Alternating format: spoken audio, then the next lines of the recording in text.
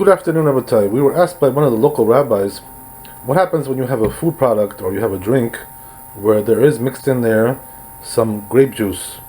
What does that mean? That all the ingredients in this food, this drink, are kosher, but you have also grape juice in there, and the grape juice is not doesn't have any certification for kashrut. It's not made by Jews. It's made by non-Jews. So what's the problem? The problem is that we have a prohibition of having stam yanam. What does that mean? The wine, which is produced by Gentiles, by non-Jews, is forbidden to the Jewish people. So therefore, here also, grape juice is called wine. Why is that? Because when you squeeze it out of the grape and you remove all the husks and all the everything which is inside the juice, just leave the juice over, that's called already wine. It's called new wine, according to halakha. So therefore, the question is, if you have this kind of ingredient in food products, does it render it forbidden because of that? Because of stam yanam, that you're not allowed to have the wine or grape juice which is made by non-Jews? So after looking at this issue quite extensively, what we find something interesting is that we discussed this issue also with the company Welch's. What does that mean? That Welch's is like the largest producer of grape juice in America. They also have like a kosher brand that they produce together with Manischewitz. That's a different line altogether, but I'm talking about the regular standard Welch's grape juice, which is made by non-Jews in a factory. So the question is, I asked one of the people over there, the workers, the people who are working in the research department, whatever it is, the information department, I asked them, I said, does the production of the grape juice involve any touching by the hands of the workers? Do the workers touch with their hands? Is there any contact with the hands to the juice? So what he told me was, the answer was that it's all done automated. It's all done by machines. The only thing which involves contact with human beings is at first when they pick out the grapes to see which ones are good and which ones are not good, quality ones and bad quality, good quality. So they're there, sometimes done by human beings. Sometimes also it's done by machine, but the human beings also take a part in that. But that's not really a problem according to Jewish law. The reason is because if there's still grapes, it's not called yet wine or grape juice, whatever. So therefore, if the non-Jew touches that the grape juice at that point, there is no prohibition. So therefore, we have no problem with that. But the problem is like this: that once it gets made into juice and squeezed out, so there, if a non-Jew would touch that, that would render it forbidden according to Jewish law. So what they told me was that there is no actual contact with the hands of the workers. So therefore, we see from there something interesting, that the juice is really never touched by the workers. And if that's the case, it comes out really that there is no prohibition. Why is that? Because the prohibition only applies in a case where the Jew has touched the wine, or he took a bottle and poured it out into a glass or something like that, something similar to that, or he did some. He waved it around with some things in his hand also, even if it was indirectly with some kind of a utensil that he had, he waved it like that with his hand, he shook it up with his hand, he stirred it. This is called shikshuch in halakha. So what happens is that if a non-Jew did this kind of activity, this kind of motion with the grape juice, so it would render it forbidden. But here we see, the truth is that there is no such thing like that. It's not the way to touch the juice. Everything is done like very hygienic, and they don't want people touching it. There's all kinds of issues with germs and bacteria and all kinds of things. So everything is done pretty much automated nowadays. That's the idea, according to what we heard from the people at Welch's. So that means that if that kind of juice now is introduced into a different kind of product, let's say there is some kind of juice like orange juice with strawberry and banana, all kinds of things. But what happens is that they also put grape juice in there to give it tartness. Even though sometimes you don't see it on the label, but you do see it in the ingredients.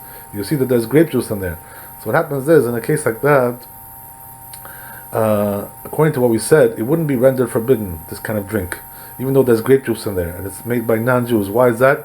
Because they don't really touch it. So therefore, since it's all done by machine, that's one way that we can be very lenient when it comes to this issue.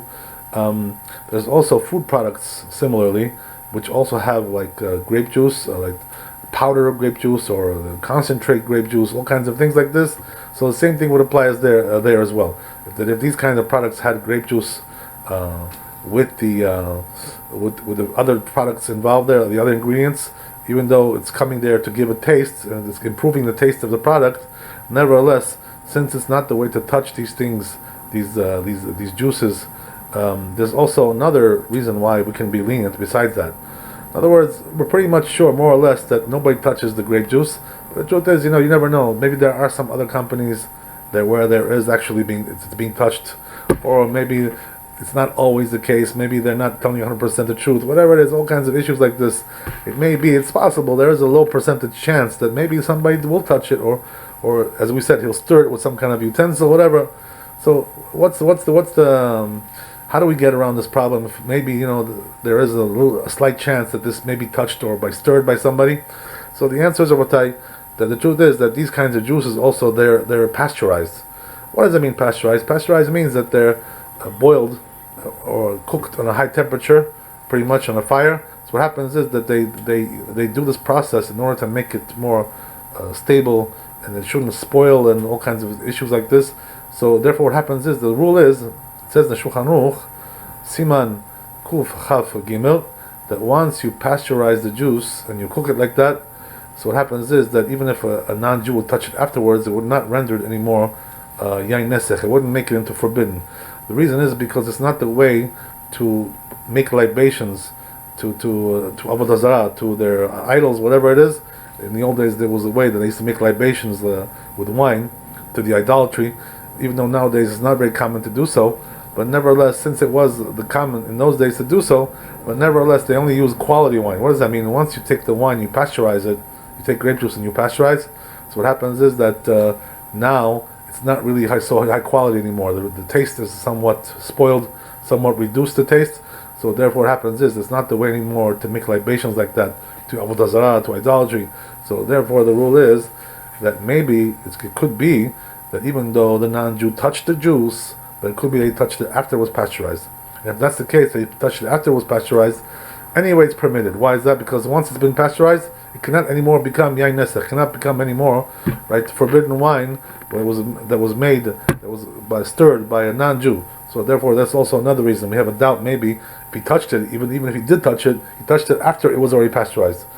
There's also another reason why, which is brought down in the same chapter in the Shulchan Aruch, Kuf Chav Gimel and Yordea. It says over there also another thing, that if you take wine and you add all kinds of ingredients into it, like honey and sugar, and that alters the taste of the wine, makes it into a different taste. So what happens is also there that it's not the way to make libations to avodah zarah or to the all kinds of idols.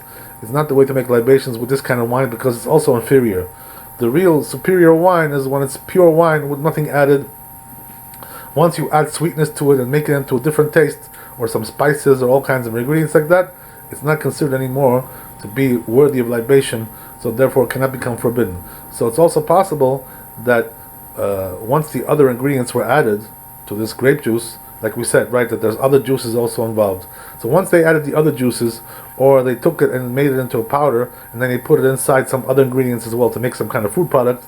So if a non-Jew would touch it afterwards, it wouldn't be rendered anymore forbidden. Why is that? Because it's not the way to make libations with the wine or grape juice, which is mixed with other ingredients as well. So therefore we have three doubts over here, right? And they're also pretty much the first one, as we said, it's almost for sure 100% that nobody touches these juices today. Nobody touches them. And even if you're going to tell me there's a slight chance that somebody touched it or stirred it, so I can tell you that maybe he did so after it was pasteurized, so therefore it wasn't rendered forbidden. Also, as we said, another possibility is that he touched it after it was already mixed with other ingredients, other juices, other food products, all kinds of things.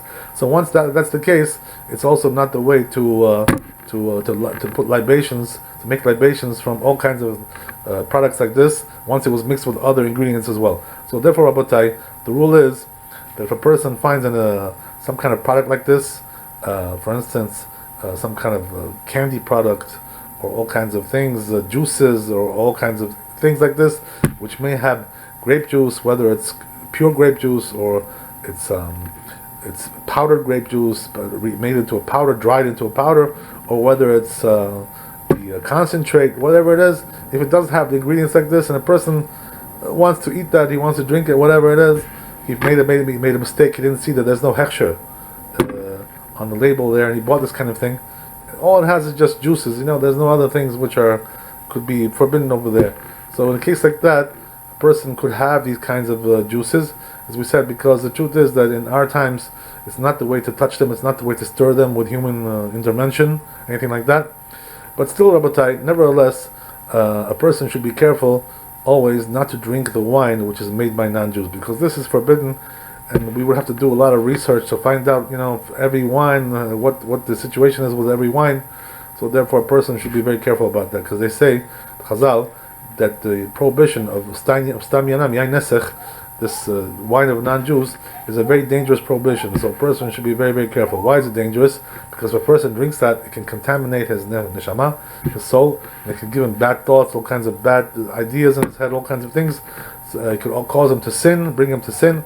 This is what the Chazal tell us. So therefore, a person should be careful not to drink wine which was made by non-Jews, unless we have a hechsher, unless we have a kashut, we have some kind of supervision that's on the label, that was made by somebody who's reliable, some reliable company who does supervision on all these kinds of things.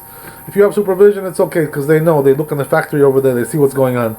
It's not being touched by anybody or whatever it is. They have all kinds of reasons why they can make it permitted, because all the workers over there maybe are Jewish. Whatever it is, they have their reasons. They know how to do these things. So therefore, Rabbatai, also comes out from this another halacha, another law, which is that if a person finds a juice like this, let's say Welch's, and it's not one of those kosher Welch's. I'm talking about regular Welch's juice off the shelf from the supermarket. So the question is, if he has no wine or grape juice to make kiddush, that's all he has. He has this Welch's stuff.